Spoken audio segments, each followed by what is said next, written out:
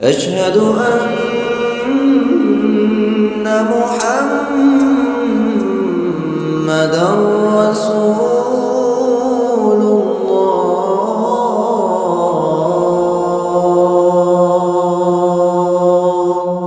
نبی کریم صلی اللہ تعالی علیہ وسلم کے سفیر صحابہ میں سے ایک حضرت عبداللہ بن حذافہ سہمی رضی اللہ تعالی عنہ ہیں۔ حضور صلی اللہ تعالی علیہ وسلم نے انہیں ایران کے بادشاہ کی طرف اپنا مکتوب مبارک دے کر روانہ فرمایا تھا۔ حضرت عبداللہ بن حذافہ رضی اللہ تعالی عنہ بہت سمجھدار اور سلیقہ شعار صحابی تھے۔ آپ کا انتقال 33 ہجری میں مصر میں ہوا۔ اس وقت حضرت عثمان رضی اللہ عنہ کا زمانہ خلافت تھا۔ حضرت فاروق اعظم رضی اللہ تعالی عنہ کے دور خلافت میں رومیوں سے جنگ کے دوران میں حضرت عبداللہ بن حذافہ رضی اللہ عنہ چند مسلمانوں کے ساتھ گرفتار ہو گئے۔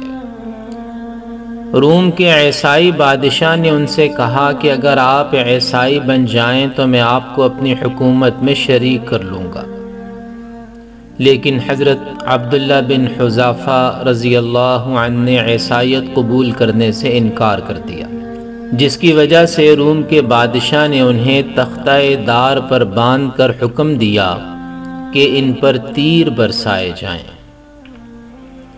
لیکن جب اس نے دیکھا کہ آپ کے چہرے پر کسی قسم کے خوف کے آثار نہیں ہیں تو وہاں سے انہیں اتارا اور حکم دیا کہ دیگ میں پانی گرم کر کے کھولتے ہوئے پانی میں انہیں ڈال دیا جائے۔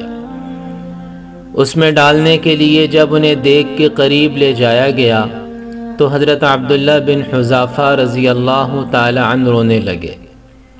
روم کے بادشاہ نے رونے کی وجہ پوچھی تو فرمایا، رو اس لیے رہا ہوں کہ میری تمنا ہے کہ میری 100 زندگیاں ہوتیں اور ہر جان کا اس طرح نذرانہ پیش کر کے اپنے رب کے حضور حاضر ہوتا۔